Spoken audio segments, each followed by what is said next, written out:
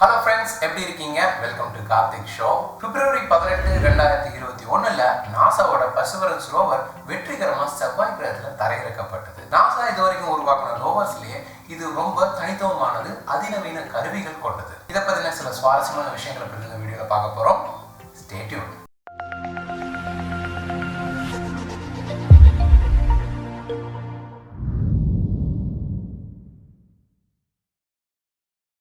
Welcome back.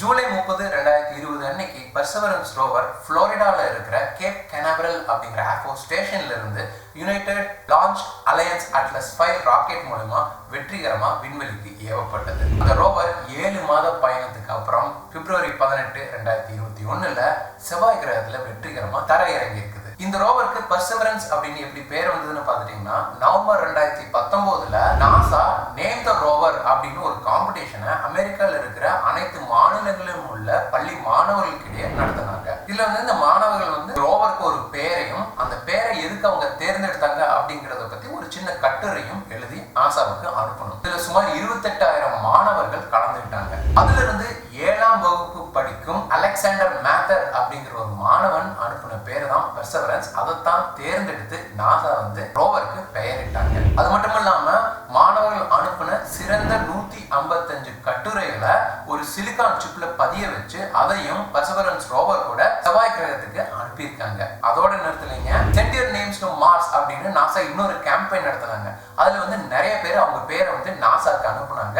அதுல பாத்தீங்கன்னா 1,10,00,000 மக்களோட பேரை நாசா கலெக்ட் பண்ணி அதையும் இந்த சிலிகான் சிப்ல பதிய வச்சு செவ்வாய் கிரகத்துக்கு அனுப்பியிருக்காங்க. இந்த பர்சவரன்ஸ் ரோவர் வெற்றிகரமா உருவாக்குறதுக்கு நாசாக்கு பக்கபலமா இருந்தது JPL, அதாவது ஜெட் ப்ரொபல்ஷன் லெபார்டரி. இதுவும் அமெரிக்கன் ஃபெடரல் கவர்மெண்ட் கட்டுப்பாட்டு கீழே வர ஒரு ஆராய்ச்சி நிறுவனம் தான். செவ்வாய் கிரகத்துல பல ஆயிரம் வருடங்களுக்கு முன்னாடி ஏதாவது உயிரினங்கள் வாழ்ந்திருக்க வாய்ப்பு இருக்கா? இப்போ செவ்வாய் கிரகத்துல ஏதாவது ஒரு வகையான நுண்ணுயிர்கள் இருக்க வாய்ப்பு இருக்குதா? அதுக்கப்புறம் செவ்வாய் கிரகத்தோட தரைக்கு அடியில் தண்ணீர் இருக்க வாய்ப்பு இருக்கா? செவ்வாய் கிரகத்தோட காலநிலை மாற்றங்கள் எப்படி இருக்கு போன்ற கேள்விகளுக்கு பதிலளிக்கிற மாதிரி தான் இந்த மிஷன் இருக்க போகுது. அது மட்டும் இல்லாம இந்த மிஷன்ல செவ்வாய் கிரகத்தில் இருக்கிற மணல், சிறு பாறைகளை எல்லாம் சேகரிச்சு வைக்க போறாங்க. அந்த சேகரிச்சு வைத்த பாறைகளையும் மணல் துகள்களையும் ஃபியூச்சர்ல வர மிஷன் மூலமா ரோபோட்ஸை வச்சு அதை திருப்பியும் நம்ம பூமிக்கு கொண்டு வரதுக்கும் நாசா பிளான் பண்ணியிருக்காங்க. இதை ஈசா போன்ற மற்ற விண்வெளி ஆராய்ச்சி மையங்களோட சேர்ந்து நாசா பண்றதா இருக்காங்க. ஸோ இப்படி எல்லாம் பண்றதுனால எதிர்காலத்துல மனிதன் செவ்வாய் கிரகத்துக்கு போய் தங்க வேண்டிய சூழ்நிலை வந்தால் அதற்கு அவங்க தங்களை தயார்படுத்திக்க இது ரொம்ப உதவும் அப்படின்னு சொல்றாங்க. பர்சவரன்ஸ் ரோவர் நாசா திட்டமிட்டபடி ஜெசரோ கிரேட்டர் அப்படிங்கிற இடத்துல செவ்வாய் கிரகத்துல தரையிறங்கி. இந்த கிரேட்டர் அப்படிங்கிறது பாத்துட்டீங்கன்னா பெரிய பெரிய பள்ளங்கள். இந்த ஜெசரோ கிரேட்டர் அப்படிங்கிற பள்ளம் பாத்தீங்கன்னா சுமார் 45 கிலோமீட்டர் பரப்பளவு கொண்டது. இது 300 இருந்து 400 கோடி வருஷத்துக்கு முன்னாடி ஒரு பெரிய விண்கல் மோதி உருவானதா சொல்றாங்க. அதுல ஒரு காலத்துல தண்ணீர் இருந்ததாகவும் அந்த இடத்தை இப்ப ஆராய்ச்சி பண்ணுனா ஏதாவது அங்க நுண்ணுயிர்கள் இருக்குதா அப்படிங்கறத தெரிஞ்சுக்கிறதுக்கு அதிக வாய்ப்பு இருக்கிறதாகவும் விஞ்ஞானிகள் நினைக்கிறாங்க. சோ இந்த பர்சவரன்ஸ் ரோவர் செவ்வாய் கிரகத்துல பூமி கணக்குப்படி சுமார் 687 நாட்கள் ஆராய்ச்சியை மேற்கொள்ளும் என்று எதிர்பார்க்கப்படுகிறது. ஏற்கனவே 2012ல கியூரியாசிட்டி அப்படிங்கிற ரோவரை நாசா செவ்வாய் கிரகத்துக்கு அனுப்பிட்டாங்க. அது வெற்றிகரமா தரையிறங்கி இப்ப வரைக்கும் அதோட ஆராய்ச்சியை மேற்கொண்டு இருக்கு. ஆனா இந்த பர்சவரன்ஸ் ரோவர் பாத்துட்டீங்கன்னா கியூரியாசிட்டி ரோவரை காட்டிலுமே 100 கிலோ இடையில் அதிகமா இருக்கு. அப்படி என்ன அதிநவீன கருவிகள் இதுல இருக்கு அப்படின்னு பாத்துட்டோம்னா, இப்போ ஒரு ஸ்பேஸ் கிராஃப்ட் செவ்வாய் கிரகத்துல தரையிறக்கணும்னா அது லேண்டிங் சீக்வன்ஸ் அப்படிங்கிறது ரொம்ப முக்கியம். அதாவது அது செவ்வாய் கிரகத்தோட வளிமண்டலத்துக்குள்ள போனதுக்கு அப்புறம் தரையிறங்கிறதுக்கான செயல்பாடுகளை இங்கிருந்து இயக்கணும். அந்த சீக்வன்ஸ் ரொம்ப ரொம்ப முக்கியம். இதுவரைக்கும் செவ்வாய் கிரகத்துல தரையிறக்கப்பட்ட அனைத்து ஸ்பேஸ் கிராஃப்ட்லயும் 40% தான் வெற்றிகரமா நடந்திருக்குது. இதுலயே உள்ள சிக்கல் பாத்தீங்கன்னா, இப்ப ஸ்பேஸ் கிராஃப்ட் செவ்வாய் கிரக வளிமண்டலத்துல கரெக்டா என்டர் ஆகும்போது மணிக்கு 20,000 கிலோமீட்டர் வேகத்துல பயணம் செய்யும். அது என்டர் ஆகி அடுத்த 7 நிமிஷத்துல செவ்வாய் கிரகத்துல தரை இறங்கி ஆகணும். அந்த 7 நிமிஷத்துல மணிக்கு 20,000 கிலோமீட்டர் இருக்கிற வேகத்தை படிப்படியா குறைச்சு கரெக்டா கிராஷ் ஆகாம சாஃப்டா லேண்ட் பண்ணி ஆகணும். ஸோ இந்த பர்சவரன்ஸ் ரோவர்ல இது வரைக்கும் 40% ஸ்பேஸ் கிராஃப்ட் ப்ராப்பரா லேண்ட் ஆயிருக்கலாம். அதுல இருந்து கலெக்ட் பண்ண டேட்டாவை யூஸ் பண்ணி இப்ப லேண்ட் ஆகும்போது கீழே சரியான மேற்பரப்பு இருக்கா, கரடுமுரடான மேற்பரப்பு இல்லாத இடம் பார்த்து அந்த லேண்டரை ப்ராப்பரா கீழே தரையிறக்கிறதுக்கு டெரைன் ரிலேட்டிவ் நேவிகேஷன் அப்படிங்கிற தொழில்நுட்பம் ரொம்ப பக்கபலமா இருந்திருக்கு.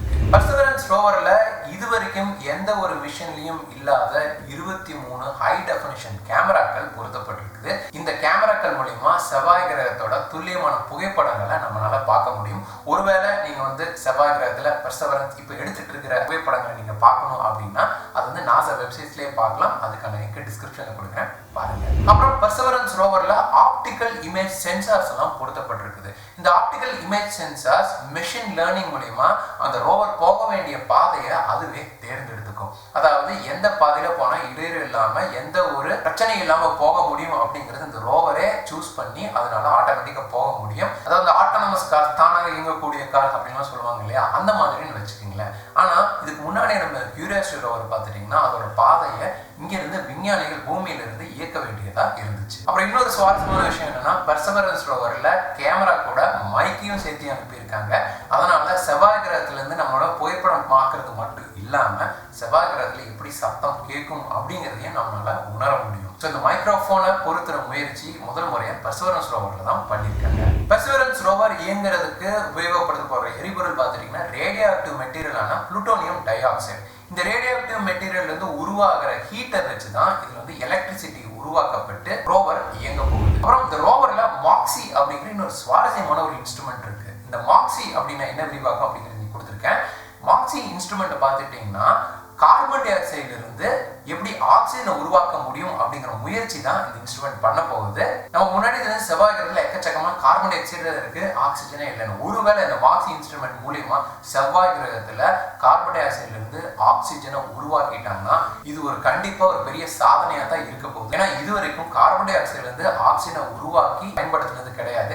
இன்டர்நேஷனல் ஸ்பேஸ் ஸ்டேஷன்ல எப்படி ஆக்சிஜன் வருது அப்படின்னு கேட்டீங்கன்னா அங்க பாத்துட்டீங்கன்னா தண்ணீர்ல இருந்து ஆக்சிஜன் எடுக்கிற எலக்ட்ராலிசிஸ் ப்ராசஸ் மூலியமா தான் ஆக்சிஜன் உருவாக்குறாங்க. இந்த மாக்ஸியோட வெற்றி மனிதன் செவ்வாய் கிரகத்துல போய் வாழ்றதுக்கு ஒரு பெரிய அளவுல உதவும் அப்படின்னு விஞ்ஞானிகள் எதிர்பார்க்கிறாங்க. அப்புறம் இந்த பெர்செவரன்ஸ் ரோவர்ல யூவி ரேஸ் மூலியமாவும் எக்ஸ்ரேஸ் மூலியமாவும் நிலத்துக்கு அடியில இருக்கிற நுண்ணுயிர்களையும் கனிமங்களையும் ஆராய்ச்சி செய்யற திறன் கொண்டது. அதுக்கப்புறம் ரேடார் இமேஜிங் மூலியமா நிலத்துக்கடியில 10 மீட்டர் ஆழம் வரை என்னென்ன இருக்கு அப்படிங்கிறது ஒரு மேப்பை உருவாக்கும் திறன் கொண்டது இந்த பெர்செவரன்ஸ் ரோவர். பெர்செவரன்ஸ் ரோவர்ல இருக்கிற இன்னொரு முக்கியமான ஹைலைட் என்னன்னு பார்த்துட்டீங்கன்னா இந்த ரோவர் கூட இன்ஜினிட்டி அப்படின்னு அழைக்கப்படுற ஒரு சின்ன ஹெலிகாப்டரையும் அனுப்பியிருக்காங்க. இந்த ஹெலிகாப்டர் பார்த்துட்டீங்கன்னா ஒரு 2 கிலோகிராம் எடையுள்ள ஹெலிகாப்டரா இருக்கு. சோலார் பேனல் மூலமா இது இயங்க போறதா இருக்கு. ஏன்னா இந்த ஹெலிகாப்டர் வந்து இந்த ரோவர்ல இருந்து பிரிஞ்சதுக்கு அப்புறம் ரோவருக்கும் ஹெலிகாப்டருக்கும் எந்த ஒரு கனெக்ஷன் இருக்காது. அதனால இந்த ஹெலிகாப்டர் தானாகவே சோலார் பேனல்ஸ் மூலியமா எனர்ஜி உருவாக்கி பறக்க வேண்டிய சூழ்நிலை இருக்கு. இந்த ஹெலிகாப்டர் சொல்லப்போனா ஒரு புரோட்டோடைப் மாதிரி தான்.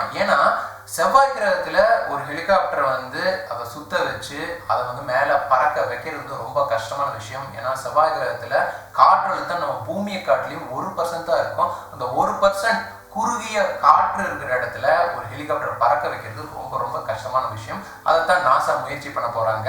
ஒருவேளை இந்த சின்ன ஹெலிகாப்டரை வெற்றிகரமா பறக்க வச்சுட்டாங்கன்னா எதிர்காலத்துல பெரிய ரோபோட்டிக் ஹெலிகாப்டர்ஸ் அங்க அனுப்பி அதை வச்சு ரொம்ப வேகமா பறந்து செவ்வாய் கிரகத்தை ஆராய்ச்சி பண்ண போறதா நாசா சொல்றாங்க. இவ்வளவு அதிநவீன தொழில்நுட்பம் கொண்ட பெர்செவரன்ஸ் ரோவர் செவ்வாய் கிரகத்துல தரையிறங்கி சில நாட்களே ஆன நிலையில் இன்னும் என்னென்ன வியப்பூட்டும் தகவல்கள் எல்லாம் நம்ம கிட்ட சேர்க்க போகுது அப்படிங்கிறது தான் உலகத்தில் உள்ள அனைத்து விண்வெளி ஆராய்ச்சி மையங்கள்ல இருக்கிற விஞ்ஞானிகளோட எதிர்பார்ப்பா இருக்குது. ஏன் நம்மளோட எதிர்பார்ப்பா கூட தான் இருக்கு. அப்படின்னு புதிய கண்டுபிடிப்புகளை வரப்போகுது அப்படிங்கிறத பத்தியும் நம்ம இன்னொரு வீடியோ பண்ணலாம். இந்த வீடியோ உங்களுக்கு பிடிச்சிருந்ததுன்னா லைக் பண்ணுங்க. இதை பத்தி ஏதாவது கருத்துக்கள் இருந்ததுன்னா கமெண்ட் பாக்ஸ்ல சொல்லுங்க. இது வேற யாருக்கும் யூஸ்ஃபுல்லா இருக்கும்னு நினைச்சீங்கன்னா கண்டிப்பா ஷேர் பண்ணுங்க. இதே மாதிரி இன்னும் நிறைய வீடியோ பார்க்கணும்னா எங்க சேனலுக்கு சப்ஸ்கிரைப் பண்ணுங்க. இன்னொரு நல்ல வீடியோட உங்களை மறுபடியும் பார்க்குறேன். அனிதன்ஸ் கார்த்திக் சைனிங் ஆஃப்.